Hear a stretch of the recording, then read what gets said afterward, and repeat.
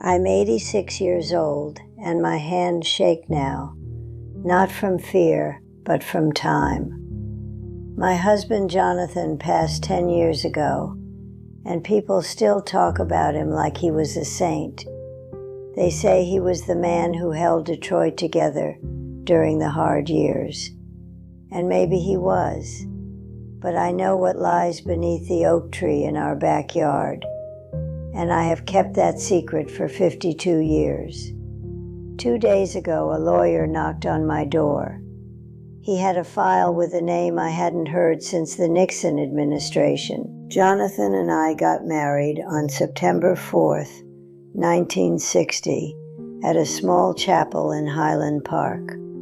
I was 20, he was 22, and driving a delivery truck for his father's hardware store. He wasn't handsome like the movie stars, but he had steady hands. That's what I wanted.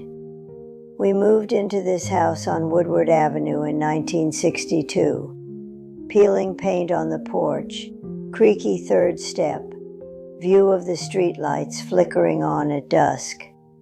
We had Thomas in 63, Mary in 65, and little James in 68. 3 children in a house that was too cold in the winter and too hot in the summer. But we made it work. Because back then you didn't leave. You fixed things. You patched the roof. You patched the marriage. You patched the holes in your soul. I need you to understand something about 1974. The city was different. There were strikes at the plants, tensions on the corners, and everyone was watching everyone else. Jonathan's business was struggling. The hardware store was barely making rent. We were drowning in debt, and we were terrified, not just of being poor, but of being nothing. In our community, if you lost your house, you lost your dignity, and Jonathan would rather die than lose his dignity. He couldn't let anyone know he was failing. October 14th, 1974. I remember because it was a Tuesday, and I was making meatloaf. The radio was playing Motown, something low and sad. Jonathan was supposed to be closing up the store, but a man came to the door instead. His name was Silas Vance. He was a collector for a loan shark group that operated out of the East Side. Jonathan had borrowed money to keep the store open. He hadn't told me how much. He hadn't told me from whom. He thought he could fix it before I noticed.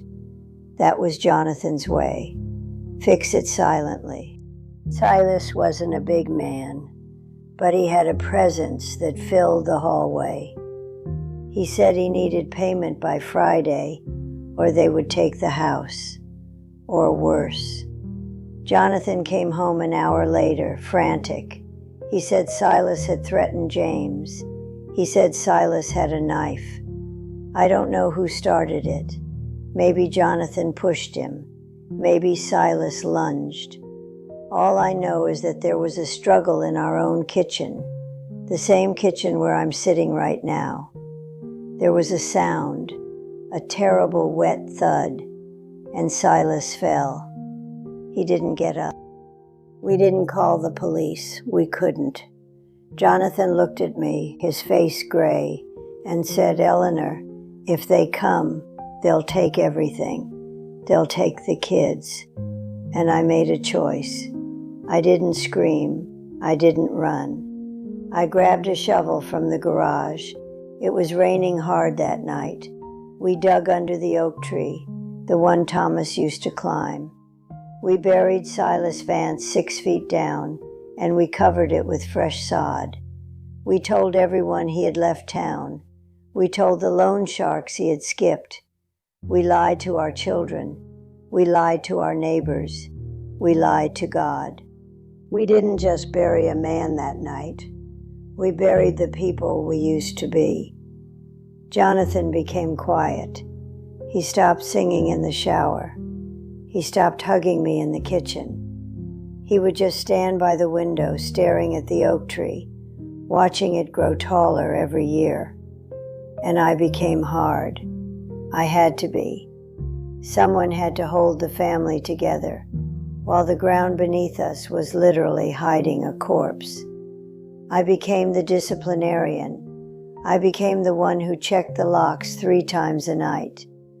I became the one who flinched when the phone rang. I stopped smiling at the grocery store. I stopped waving to neighbors. My children didn't understand. Thomas once asked me why I never let him dig in the backyard. He was 10. He wanted to plant tomatoes. I slapped him. I actually slapped my own son across the face because I was terrified he would hit something soft with his shovel. He cried, and Jonathan just looked away. He couldn't look at me. He couldn't look at Thomas. We were living in a house of ghosts. Mary said I was cold. She said, "Mama, you love that tree more than you love us." And maybe I did. Because that tree was the guard. That tree was the secret keeper. Every time the wind blew through those leaves, I heard a whisper. Every time the roots spread, I felt a panic. James was the hardest. He was only 6 when it happened. He grew up sensing something was wrong. He'd wake up screaming sometimes, saying a man was in the yard. I'd go out there, stand under the oak tree in my nightgown, and whisper, "Go away. We paid the price. Go away." I don't know who I was talking to, the dead man or myself. Jonathan tried to compensate. He bought James extra toys. He took him to baseball games, but he couldn't look the boy in the eye. There was a distance between father and son that no amount of baseball could fix. Jonathan died in 2016. Heart failure. He was in the hospital holding my hand, and his last words weren't, "I love you." They were, "Is the grass cut?" I knew what he meant. He meant the tree. He meant the grave. I told him, "Yes, Jonathan, it's covered." He closed his eyes, and I think he finally slept. But I didn't. I've been awake ever since. The silence in this house after he died was different. It wasn't the silence of secrecy anymore. It was the silence of absence. And yet, the weight remained. After Jonathan died, the house felt bigger. The children moved away. Thomas went to Ohio, Mary to California. James stayed in Detroit, but he works nights. He doesn't come around much. He says the house feels heavy. He's right. I've been alone here for 10 years. Just me, the silence, and the oak tree. I water it every day. I prune it. I take care of it better than I took care of myself. Because if that tree dies, the roots might expose what's underneath. 2 days ago, the lawyer came. His name was Mr. Henderson. He said he represents the estate of Silas Vance. Apparently, Silas had a brother who never stopped looking. They found records, payments made to Jonathan in 1974. They suspect foul play. They want to excavate the property. They have a court order pending. Mr. Henderson looked at me with pity. He said, "Mrs. Gable, we just need to know if there's anything we should be aware of, any reason why the yard shouldn't be dug up." I looked at him. I looked at his clean suit, his clean shoes. He had no idea what kind of mud we walked through. I told him, "Give me 48 hours to tell my family." He agreed. He said he'd wait until Thursday. I needed those hours. I needed to look my children in the face before the ground was opened. I needed them to hear it from me, not from a court document. I needed them to know that I chose them over the law every single day for 52 years. So I called them, all of them. I told them to come home, not for a holiday, not for a birthday, just come home. Thomas came first. He walked into the kitchen, saw my face, and knew. Mary arrived an hour later, still in her travel clothes. James came last. He stood in the doorway, looking at the oak tree through the window. He didn't sit down. He leaned against the frame, arms crossed, protecting himself. I told them everything. I didn't soften it. I didn't say it was an accident. I said, we killed a man. We buried him under this tree. And I have protected this secret for 52 years to keep this family together. The silence was louder than the storm in 1974. Thomas put his head in his hands. Mary started crying, that deep, shaking cry that comes from your bones.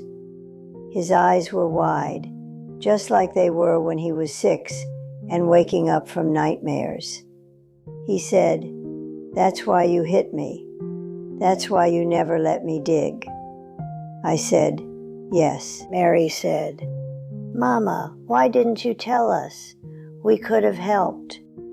And I said, "Help do what? Go to prison? Lose your lives? I wanted you to have a future, even if it meant I had to live in hell." I looked at each of them.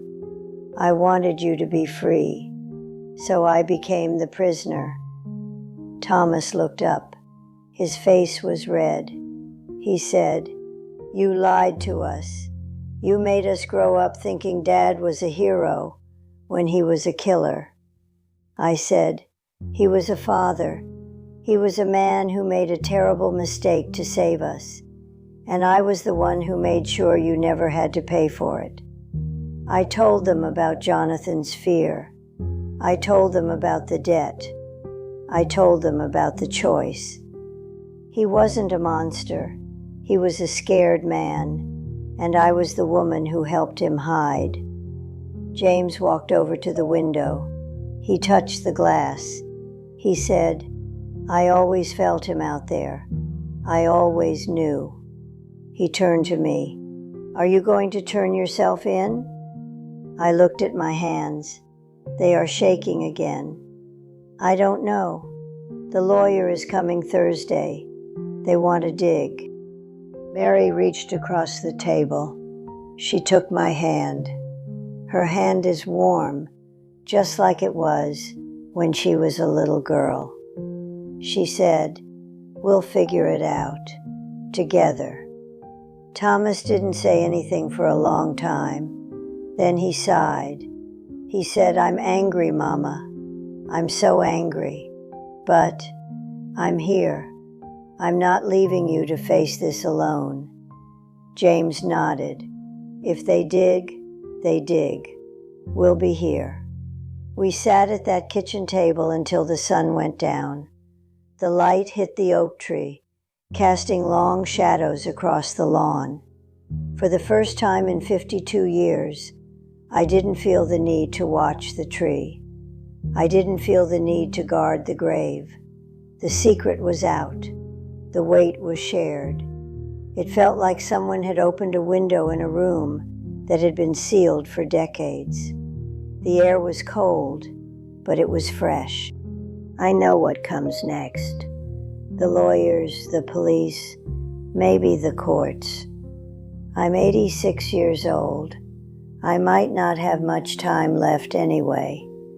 But for the first time, I'm not afraid of the dark. I'm not afraid of what's under the ground, because my children are sitting in this room with me. They know the truth. And the truth, as terrible as it is lighter than the lie. Jonathan thought he was protecting us by hiding the body, but he was wrong. The body wasn't the danger. The silence was. The silence was what ate us alive. It made me cold. It made Thomas distant. It made Mary feel unloved. It made James see ghosts. We saved the house, but we almost lost the family. I spent 52 years worrying about the law when I should have been worrying about us. Now the ground might be dug up. They might find bones. They might take me away in handcuffs. But when they do, I won't be the woman who hid a corpse. I'll be the woman who finally told the truth. I'll be the mother who let her children see her scars. And maybe, just maybe, they'll understand that love sometimes looks like a shovel in the rain. It's not pretty, it's not clean, but it's what we did to survive. James is staying here tonight. He's sleeping on the couch. Thomas and Mary are getting a hotel, but they'll be back in the morning. We're going to call Mr. Henderson together. We're going to tell him we won't fight the excavation. We're going to surrender, not because we're guilty of being monsters, but because we're done being ghosts.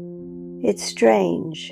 You spend a lifetime building walls to keep the bad things out, and then you realize the walls are what's trapping you inside. I'm tired. I'm so tired. But I'm also free. The oak tree is just a tree now. It's not a tombstone. It's just wood and leaves. It will stand there whether Silas is underneath or not. And so will I. If you're listening to this and you're carrying something heavy, something you think you have to hide to protect your family, please don't. Love without truth is just a house built on sand. Eventually the wind comes, eventually the rain comes, and eventually the ground gives way.